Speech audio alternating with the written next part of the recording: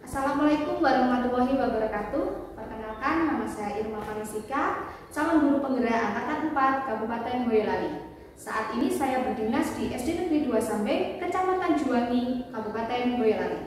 Izinkan saya untuk mempresentasikan hasil aksi nyata unggulan yang saya akan sampaikan dalam kesempatan ini, yaitu aksi nyata 333 yang berjudul Program Eco-Partnership Eko Samba, akronim dari Ekoprin Sambeng Barat Sekolah Alam Batara. Yang melatar belakangi aksi nyata yang saya lakukan yaitu yang pertama, aset lingkungan alam yang melimpah. Kita tahu bahwa Kecamatan Juwangi merupakan kecamatan yang ada di paling utara dari Kabupaten Boyolali, yang mana memiliki kekayaan alam berupa hutan jati yang sangat melimpah. Kekayaan alam yang ada di hutan jati yang berada di Kecamatan Juwangi ini belum dimanfaatkan oleh seluruh warga sekolah maupun seluruh masyarakat yang ada di Kecamatan Juwangi. Oleh karena itu, saya tergerak untuk memanfaatkannya sebagai aksi nyata saya di modul 3.3. Saya telah mempelajari bahwa di modul 3 kita memiliki 7 aset, salah satunya yaitu aset alam yang bisa kita manfaatkan untuk dikelola menjadi program kepemimpinan pada murid pada abad 21.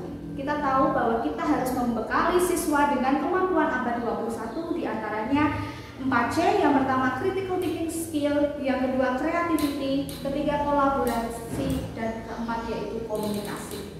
Sehingga saya untuk tergerak untuk membuat suatu program yang mana melibatkan 4C tadi menjadi sebuah program kepemimpinan murid. Kemudian saya tertarik dengan saya membaca literasi yang telah saya lakukan baik dalam media sosial, Google, maupun saya membaca literasi dalam kajian buku. Saya mendapatkan ide untuk membuat aksi nyata berupa eco-partnership. Eco-partnership merupakan kewirausahaan yang berbasis lingkungan alam yang melimpah ini menjadi suatu kekuatan yang bisa saya manfaatkan. Salah satu programnya berupa Ekoprin. Eco-partnership berkaca pada salah satu profil pelajar Pancasila yang harus kita kembangkan, yaitu segi kreativitas yang berkaca pada proyek pelajar Pancasila, yaitu mengembangkan kewirausahaan pada suatu program yang berdampak pada murid. Dalam hal ini saya mengembangkan program Ekoprin. Ekoprin sebagai sebuah wadah usaha produktif generasi milenial yang ramah lingkungan.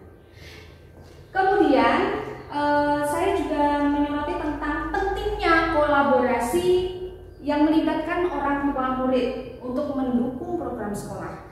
Selama ini sekolah belum melibatkan orang tua untuk berkolaborasi di dalam mensukseskan program-program sekolah. Sehingga prakarsa perubahan yang bisa saya wujudkan di sekolah saya yaitu program Eco-Partnership Eko Samba, Ekoprin Sambeng Barat Sekolah Alam Batara.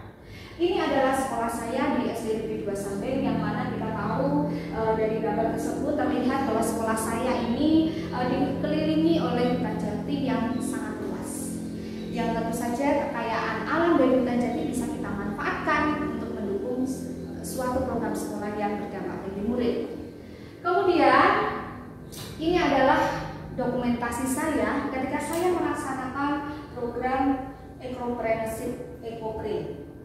Kemudian ini adalah hasil dari kami berkolaborasi. Saya tidak sendirian, saya berkolaborasi bersama rekan guru, orang tua siswa, dan juga tentu saja murid untuk menghasilkan sebuah karya. Ini yang disebut Ekoprin. Ekoprin adalah batik yang memanfaatkan alam. Dan ini adalah Eko Samba, merupakan branding dari sekolah kami. Eko Samba merupakan akronim dari Ekoprin Sambeng Barat yang menjadi program unggulan dari sekolah kami. Sekolah Alam Batara. Sekolah Alam Batara adalah jargon dari sekolah kami, yaitu SD Negeri 2 Sambeng yang berada di lingkungan hutan jati Kecamatan Juwangi.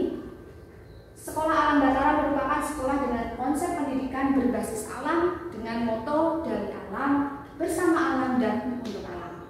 Sekolah alam ini berfokus pada pembelajaran yang memanfaatkan lingkungan sebagai sumber belajarnya. Bisa dilihat Bapak Ibu, di sini saya mengajak murid-murid saya untuk menjelajah alam. Di situ anak-anak saya ajak untuk mengeksplorasi sungai yang ada di dekat sekolah. Nah, dari situ Bapak Ibu saya terbersit pikiran untuk membuat program sekolah apa sih yang menjadi inovasi bagi sekolah kami. Nah, di situ Bapak Ibu terlihat di belakang murid saya itu banyak tertanam pohon jati. Nah, dari itu saya mengadakan tanya jawab Bapak Ibu. Saya mengadakan tanya jawab. Nah, anak-anak, kalian tahu ini pohon apa? Ketika itu anak-anak menjawab, ini pohon jati Bu. Kemudian kalian tahu manfaat pohon jati apa? Hanya untuk membungkus tempe Bu, membungkus makanan berupa pecel Bu. Nah, terbesit dalam pikiran saya untuk tidak hanya memanfaatkan daun jati ini untuk sebagai pembungkus makanan. Nah, kemudian saya mengadakan kajian literatur, mencari bahan untuk membuat program apa sih yang bisa memanfaatkan daun jati ini. Nah, sehingga saya di sini mempunyai prakarsa perubahan berupa kegiatan ekopreneurship dengan memanfaatkan daun jati. Nah, ekopreneurship sendiri yaitu metode kewirausahaan yang memadukan dengan penciptaan konsep ramah lingkungan pada setiap hasil produksinya. Ekopreneurship merupakan bentuk dari kewirausahaan berbasis lingkungan yang tentu saja ramah lingkungan. Sehingga dengan berkaca dengan kurikulum merdeka yang saat ini diterapkan pemerintah, yang mana salah satu programnya yaitu kewirausahaan, sehingga saya tertarik untuk membuat program ekstrakurikuler berupa ekopreneurship yang nantinya sebagai goalnya adalah membuat suatu karya yang memanfaatkan alam melalui teknik ekoprint. Ekoprint sendiri dapat diartikan sebagai teknik mencetak pada kain dengan menggunakan pewarna alami. Ya, ini adalah hasil karya kami, Bapak Ibu. Ini adalah ekoprint yang dihasilkan oleh putra-putri kami dari SD Negeri 2 Sambeng yang tentunya ramah lingkungan, menggunakan pewarna alami dari mengkudu, dari pohon mangga, kemudian dari kayu secang yang bisa menimbulkan warna seperti ini. Kemudian bahan-bahannya juga ramah lingkungan, berasal dari alam sendiri. Tujuan dari program saya yaitu yang pertama, mendekatkan murid kepada lingkungan sekitarnya melalui eksplorasi alam. Dengan anak-anak untuk dibawa ke alam, mereka berkreasi dengan memanfaatkan alam, tentu saja akan mendekatkan diri anak-anak kami dengan lingkungan alam. Yang kedua, membentuk karakter murid yang berprofil pelajar Pancasila serta berkepedulian lingkungan. Di sini saya mengembangkan kreativitas, kolaborasi, komunikasi, critical thinking skill yang mana nantinya akan menghasilkan produk yang luar biasa, yang tentu saja ramah lingkungan. Dalam hal ini berkepedulian lingkungan. Kita juga memanfaatkan alam, tapi kita juga mencintai alam. Dengan apa? Di belakang sekolah kami terdapat kebun sekolah. Di sana kami menanam toga, Bapak Ibu. Kemudian tanaman yang berjangka panjang seperti pohon jati, sehingga kita memanfaatkan daun jatinya, tapi kita tidak lupa untuk merawatnya. Dengan kita mencoba untuk membuat composting, Bapak Ibu. Kita membuat composting dari daun-daun yang berguguran, daun jati yang tidak dimanfaatkan, dan itu kita olah menjadi sebuah pupuk kompos. Kemudian yang ketiga, mengasah potensi dan kreativitas murid dengan pemanfaatan aset yang dimiliki. Jadi kami membuat produk berupa tote bag, ya, kemudian kain, sarung bantal, kemudian ada pouch dan produk lainnya yang tentu saja menggali kreativitas murid. Saya menggali kepemilikan murid dalam hal voice, kemudian choice dan ownership-nya. Dan tentu saja dengan pemanfaatan aset yang dimiliki, yaitu berupa aset lingkungan alam. Kemudian yang keempat, mengedepankan kolaborasi yang melibatkan seluruh pihak dalam mewujudkan program sekolah. Di sini saya tidak bisa sendirian, Bapak Ibu. Di sini saya harus berkolaborasi, harus bekerjasama. Yang pertama tentu saja dengan murid. Yang kedua, kami juga berkolaborasi dengan rekan guru untuk mensukseskan program. Kemudian juga berkolaborasi dengan orang tua. Hal ini sangat menarik bagi murid-murid kami karena bisa berkolaborasi dengan orang tua mereka untuk datang ke sekolah untuk bersama-sama mensukseskan program ekoprint ini. Yang kelima, membekali murid melalui kegiatan life skill dan berwirausaha. Nah, di sini kita tahu bahwa di sekolah kami memang rata-rata jarang sekali untuk melanjutkan pendidikan yang lebih tinggi. Jadi dengan adanya ekstrakurikuler kewirausahaan ini akan memberikan mereka bekal life skill yang mungkin saja nanti bisa dikembangkan mereka di masa depan. Kemudian yang keenam, menghasilkan karya yang bermanfaat melalui pengembangan semangat berwirausaha yang memiliki nilai jual. Kita tidak hanya membuat program ekstrakurikuler yang mengembangkan kepemimpinan saja, tetapi kita juga mengembangkan bagaimana anak tersebut bisa menghasilkan produk yang bernilai jual. Langkah aksi nyata yang saya lakukan melalui tahapan inquiry apresiatif Bagja. Tahap yang pertama yaitu buat pertanyaan. Dalam buat pertanyaan ini, saya membuat sebuah pertanyaan, yaitu bagaimana cara mewujudkan murid dengan life skill sekaligus menguatkan jiwa entrepreneurship atau kewirausahaan, rasa cinta budaya dan lingkungan alam. Kemudian pada tahap yang kedua, pada tahap ambil pelajaran, saya mengajak murid saya untuk menjelajah alam. Di sana saya ajak mereka duduk-duduk di dekat sungai, menikmati alam, mengeksplorasi alam, dan saya mengadakan survei dan wawancara, mengadakan tanya jawab mereka terhadap minat murid terhadap program sekolah yang berhubungan dengan pemanfaatan alam.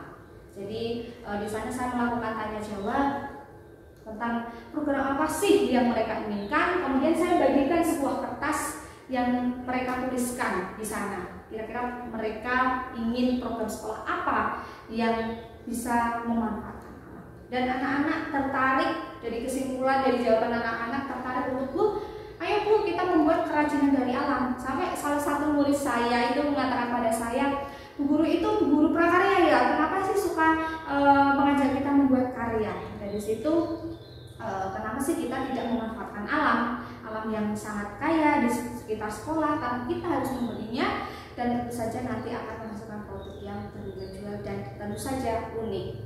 Kemudian di tahap yang ketiga yaitu gali mimpi. Di tahap gali mimpi ini saya mengadakan ruang kolaborasi dan juga ruang dialog, melibatkan kepala sekolah, rekan guru, komite, orang tua siswa membahas mimpi dan kebermanfaatan program life skill yang memanfaatkan lingkungan alam. Di sini saya mengundang, tentu saja difasilitasi oleh kepala sekolah, mengundang komite sekolah, mengundang wali murid dan beberapa perwakilan murid untuk membahas program sekolah yang diinginkan oleh murid. Di sini aspek voice saya tonjolkan, jadi saya tidak semata-mata ini bukan program saya, tapi program yang benar-benar diinginkan murid. Di sini terjadi kolaborasi, kesepakatan, dan salah satu wali murid ini mengusulkan untuk, Bu, ini kan hanya beberapa saja yang diundang, Bu, bagaimana kalau kita berkolaborasi seluruh wali murid untuk diundang ke sekolah? Nah, saat itu saya pertimbangannya kalau seluruh bagaimana?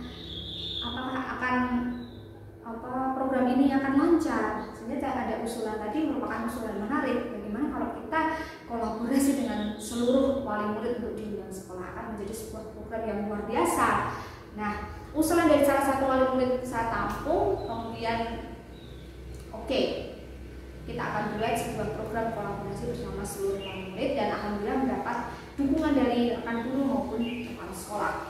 Di tahap selanjutnya yaitu jabatan rencana. Di sini saya mensosialisasikan bagaimana langkah membuat ekoprint. Sebelumnya saya ceritakan bahwa saya ingin membuat sebuah program yang membekali anak dengan life skill berwirausaha dengan memanfaatkan alam.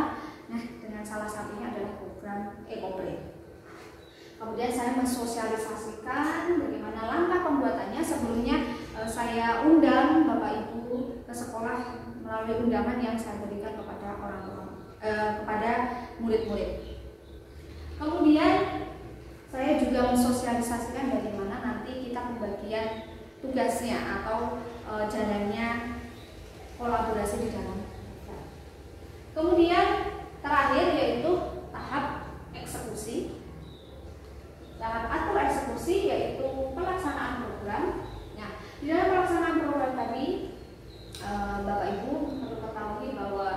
sini saya membagi kelompok, 5 kelompok terdiri dari 4 orang siswa dan 1 orang tua murid sebagai penanggung jawab. Di situ saya memang benar-benar membagi karena wali murid berjumlah 20, saya bagi untuk menghandle 1 kelompok 1 orang wali murid.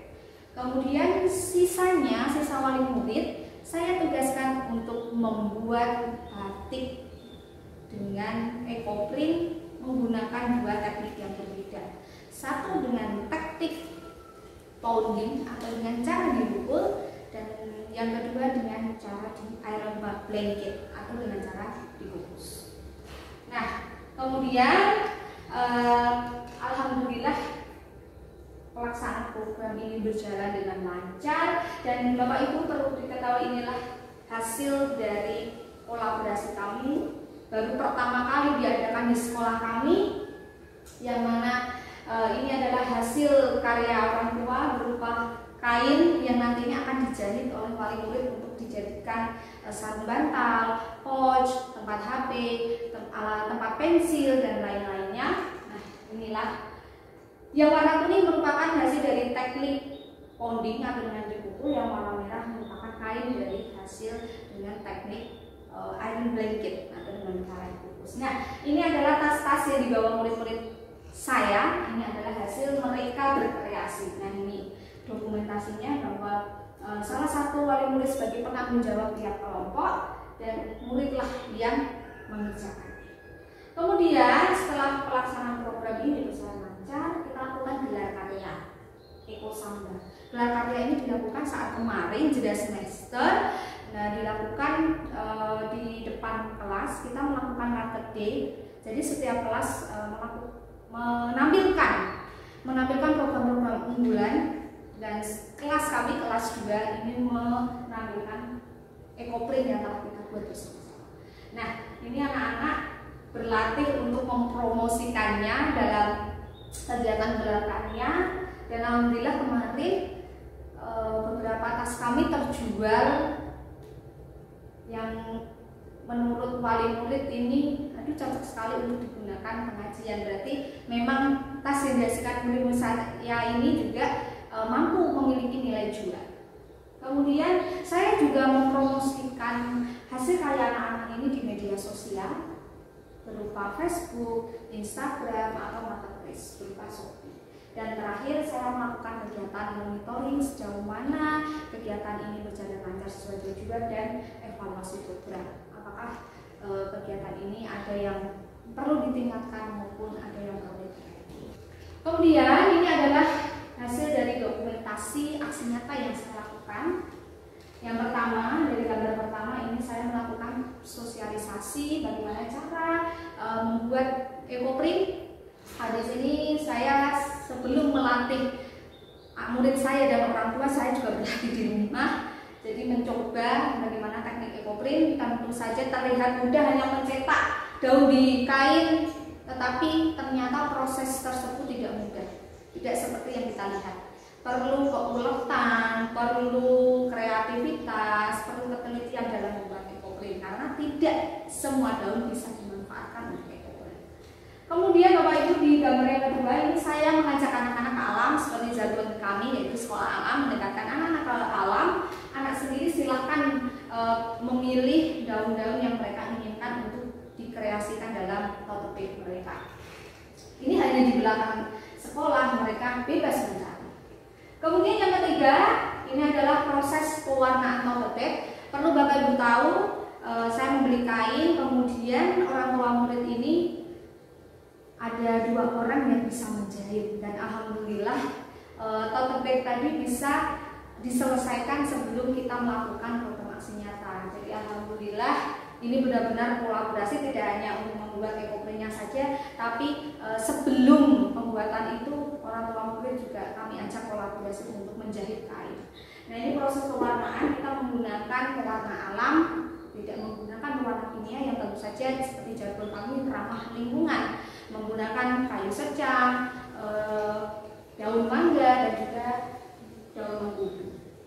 Kemudian ini adalah yang gambar nomor 4, yaitu proses kita awal untuk membuat ekoprint, yaitu mencuci dulu daun-daun yang ada sekitar yang akan kita manfaatkan untuk ekoprint, kemudian direndam menggunakan larutan cuka selama 15 menit. Ini berguna untuk memunculkan zat warna daun yang nantinya akan bisa menempel di kain.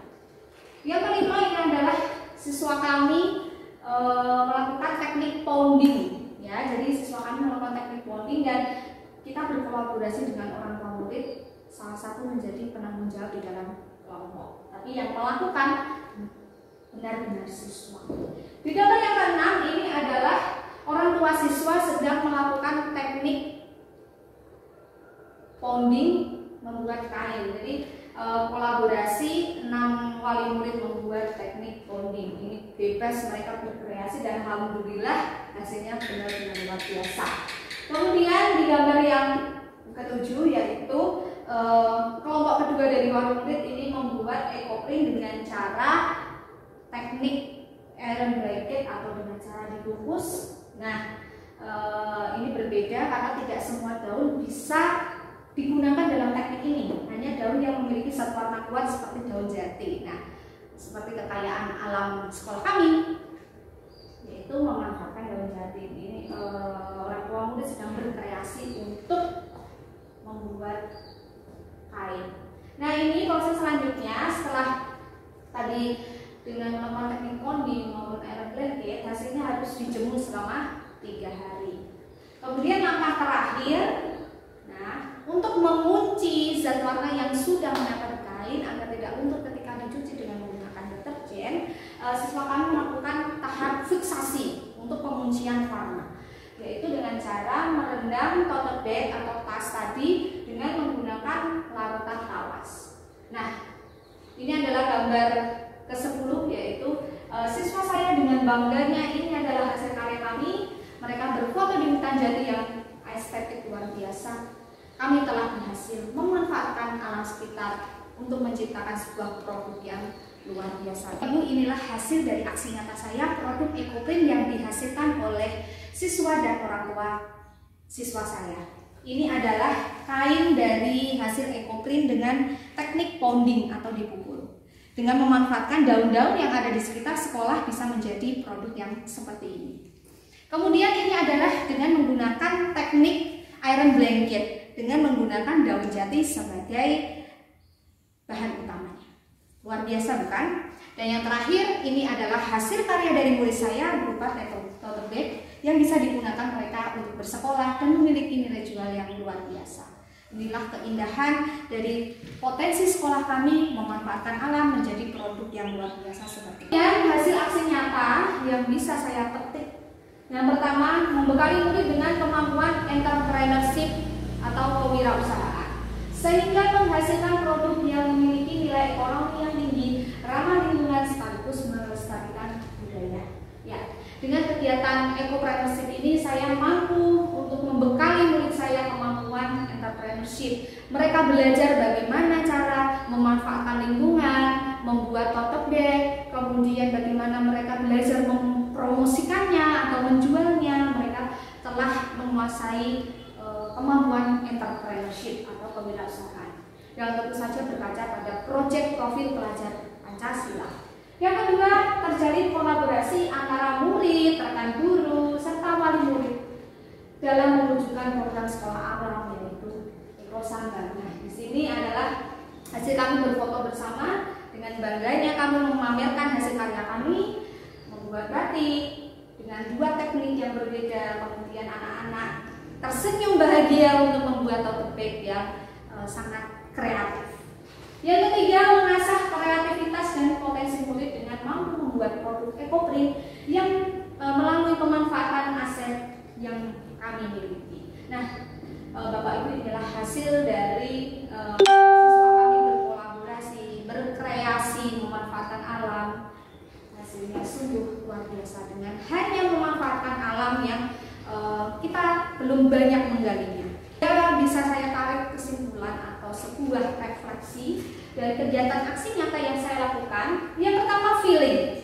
Perasaan saya setelah melakukan aksi nyata tentunya saya bersyukur karena program Ekosanggar ini berjalan dengan baik.